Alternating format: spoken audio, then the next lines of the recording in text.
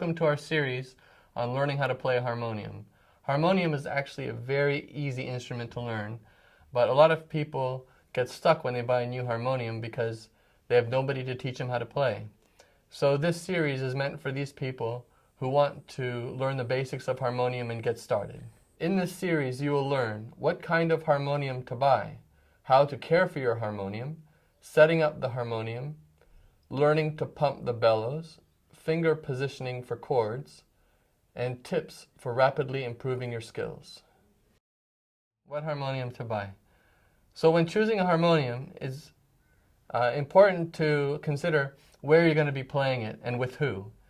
If you're going to be playing it with a band or like in a big setting as if you're performing for many people in a big room, you might want to get a big concert style harmonium. They are loaded with features such as scale changers, and they've got a very long keyboard so you can play it very high and very low ends. And but they have some drawbacks to them, and one of the drawbacks is there's a lot of things that, because it has so many extra features, there's a lot of things that can go wrong. And a second drawback is they're very heavy. So what I've done here is I've designed a harmonium that's not meant for that purpose. If you want a harmonium that is for the purpose of playing in your home or with a small group of friends, then you might want to consider these Yoga Philosophy Club harmoniums. There are many small harmoniums on the market, but I haven't been able to find one that is of high quality.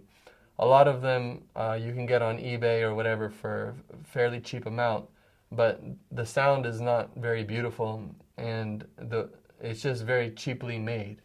I actually ordered many harmoniums off eBay trying to find a good small one, but I was very frustrated in my attempt. So this led me to design a harmonium that was very high quality, very basic, and very light.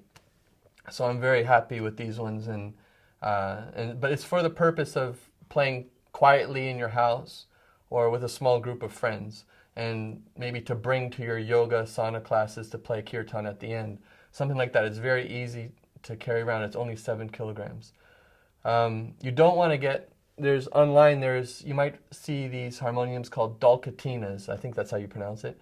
But they're very narrow, very small, and they got bellows pumping on both sides. You might have seen them. They're very small and very light, but they're very difficult to play, and they play extremely loud.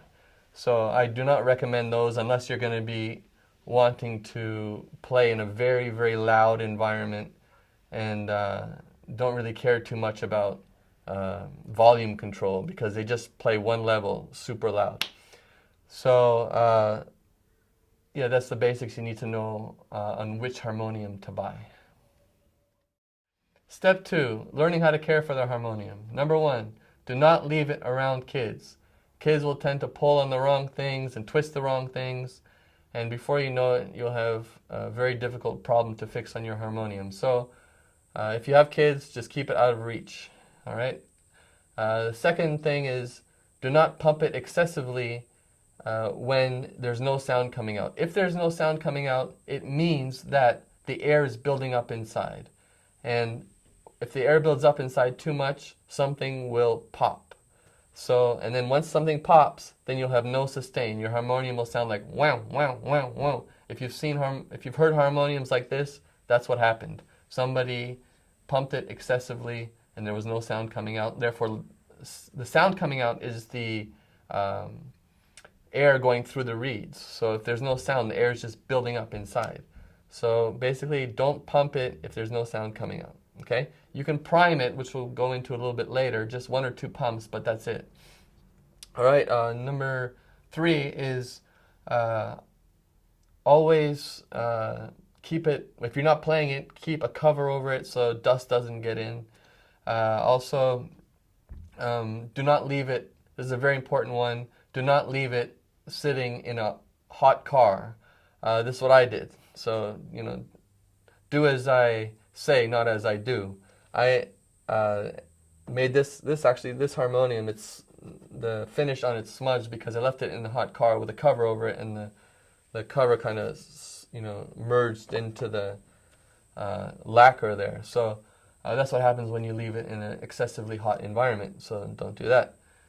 Okay, so that's how to care for a harmonium. Part 3, setting up the harmonium to play it. So when you go to sit down to play a harmonium, you don't want to have it straight onto you, because when you play it properly, you're going to make your wrist really cramped and tired. You want to have it on a 45-degree angle like this, so you can set your hands up on it very comfortably. Okay, so 45-degree angle. The second thing is to keep the stops out and the drones in. So most harmoniums, they have what's called stops, and they're usually the bigger knobs. And usually the harmonium plays best when all the stops are out and the drones are in. The drones are really meant for Indian music. It's not really meant for Western music. And what I'm teaching here is Western kirtan style. So if you're going to play Indian music, then you can use the drones. You can pull the drones out. But that's a whole other subject, and we're not going to get into that.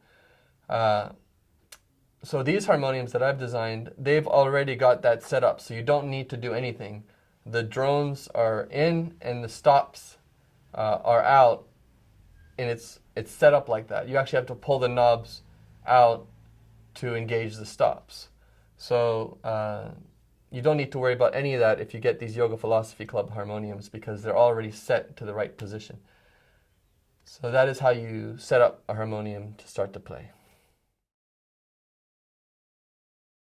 Part 4, pumping the harmonium. So when you pump the harmonium, oftentimes you want to maybe give it 1 or 2 pumps to prime the harmonium with air. And when you play, you want to keep an even sound as much as possible. This is like a balancing act. You want to balance the air. And this is usually done by pulling in slowly and letting out quickly. And you only want to bring your finger in about halfway before you bring it out again. A lot of people, they start playing and they pump the air all the way into the wood, and all the way into as far as it can go, and it causes this horrible wow, wow, wow sound, and you don't want that. Okay, so just kind of keep it out here like that. And really, pumping is like a balancing act. You want to keep a nice even flow of air. So, it's hard to teach people how to balance, but once you get used to it, it'll be very easy and you won't even think about it. Number 5, finger positioning for chords. So, I'm not going to teach you all the chords in this video, but if you want to learn chords, it's simple. All you need to do is go on Google, Google keyboard chords, and there'll be every chord you want to know is there on Google. So that's all you need to do to learn chords. Just look it up. And for finger positioning, it's very important. The most important tip I can give you on how to play the harmonium is to always engage your thumb. Many people, when they start playing harmonium, they use 3 fingers, and this is going to make them very limited when they progress a little bit in what they can do. So always use your thumb. That's why we have this thing on a 45-degree angle, so it makes it comfortable to play with the thumb. So the thumb is usually I always have my thumb on the left note, and then I use the other fingers as well. I don't use 3 fingers. I always engage 5 fingers. Chords are usually with 3 fingers at a time, but all 5 fingers are ready to go. Just like you're driving a car, when you take the clutch out, you press the gas in. So you need, more than 1 foot, right? So when you're playing chords, you have 3 engaged, but your next chord might be like, for example, if I'm playing a D here, my next chord is an A. I'll have my finger here ready to go, so I can easily transition. So I'll give you an example. So I'm like this. This is a D. I got this finger ready to be engaged, and then like that. I let go of one note and I add another one. Just like a driver lets go of the clutch and engages the gas. There's two techniques I'm going to tell you about now that are what you should not do. I see people doing it all the time. Number one is the spider technique. It's using only 3 fingers and moving the fingers around the keyboard like this. This is a bad habit to get into. And an even worse habit to get into is using 3 fingers and jumping. So you get a lapse in the sound. So it would go like.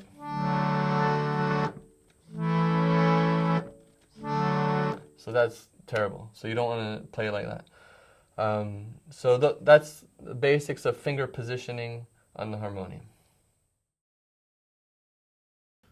Part 6, how to rapidly increase your skills. So when I started playing harmonium, I learned by getting an MP3, or actually in those days it was a CD player, and I'd put my earphones on kind of loud, and then I would play the harmonium over the kirtan track that I was listening to. So that's a really good way to do it. Find a kirtan CD. You can ask us if we can send you some if you don't have any. And learn the chords, which we can tell you the chords. And then learn how to play over the CD. Once you get good at that, then you can go to your local kirtan if they give you permission. And you can ask if I can play the harmonium in this kirtan, and maybe they'll say yes. And then then you can learn how to play in a group, and you'll increase your skills rapidly that way. When I started, I got a lot of dirty looks from people who weren't very appreciative of my playing because I was just learning the instrument and I wasn't very musically inclined at all. But as I progressed, I played more. Then people started appreciating my playing, and they would ask me to play the harmonium, and so on. So this is how you get good. It's no secret. It's just practice. But these are some very practical ways that you can learn. And if you have a kirtan CD, playing over the CD is really you're not going to disturb anyone, and you're going to increase your skills quite rapidly doing it that way. Alright, so in our next video, we're going to teach you some melodies and some mantras. So you'll be able to get started in practicing kirtan meditation yourself. So please stay tuned for that. Subscribe to our YouTube channel in the link below. And I'll leave you guys with a little bit of a kirtan to finish off. Thank you very much for watching, and Haribol.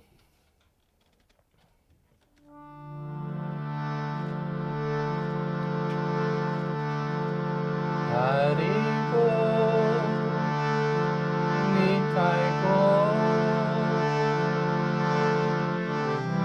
Nitai Go.